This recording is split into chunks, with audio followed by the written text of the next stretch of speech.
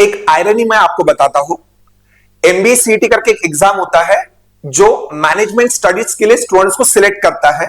उसी एग्जाम में जो एग्जाम मैनेजमेंट के लिए स्टूडेंट सिलेक्ट करता है, उसी एग्जाम में मिसमैनेजमेंट हो रहा है।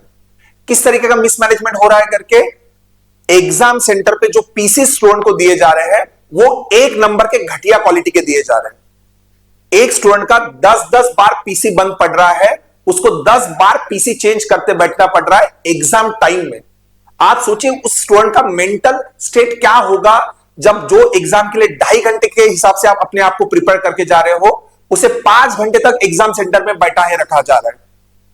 किसी का पीसी में एरर करके एक बॉक्स आ रहा है और वो बॉक्स उसके पीसी में घूमते जा रहा है। जब वो कह रहा है स्टूडेंट सेंटर को कि ये पीसी बराबर काम नहीं कर रहा है, मुझे सिस्टम चेंज करके दो, तो वो लोग कह रहे हैं कि हमारे पास पीसी नहीं है एक्स्ट्रा कंडक्ट करने के लिए, आप इसी सिस्टम पे पेपर दीजिए करके, इस तरीके से।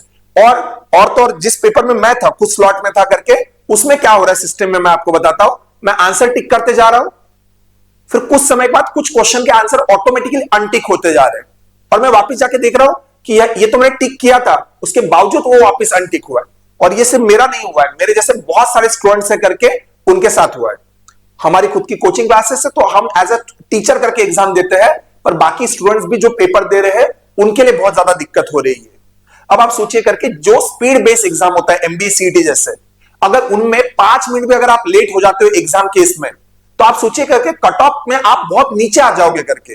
अगर आप जेबीआई में जैसे कॉलेज टारगेट कर रहे हो तो डायरेक्टली आप पुंबा या उससे नीचे गिर जाओगे। 5 मिनट में लोग 10 क्वेश्चन टिक कर लेते हैं। तो इस तरीके से अगर मिसमैनेजमेंट होगा तो आप सोचिए कैसे कैसे कोई स्टूडेंट जो साल भर पढ़ाई कर रहा है करके वो कैसे स्कोर कर पाएगा करके, उसका पूरा 1 साल वेस्ट जाने वाला है।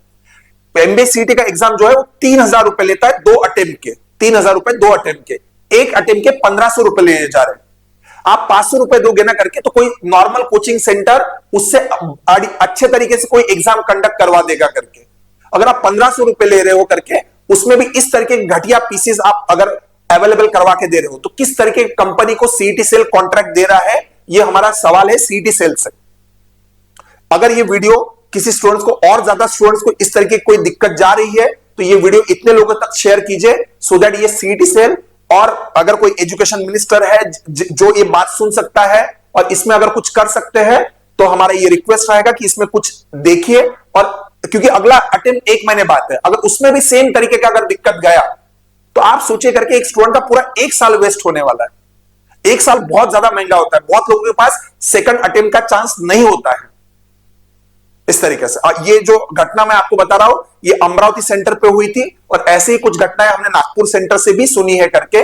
और भी अगर किसी सिटी से अगर किसी का होगा तो आप कमेंट में लिख सकते हो करके, हो सके तो वो चीजों का मैं रिकॉर्ड करके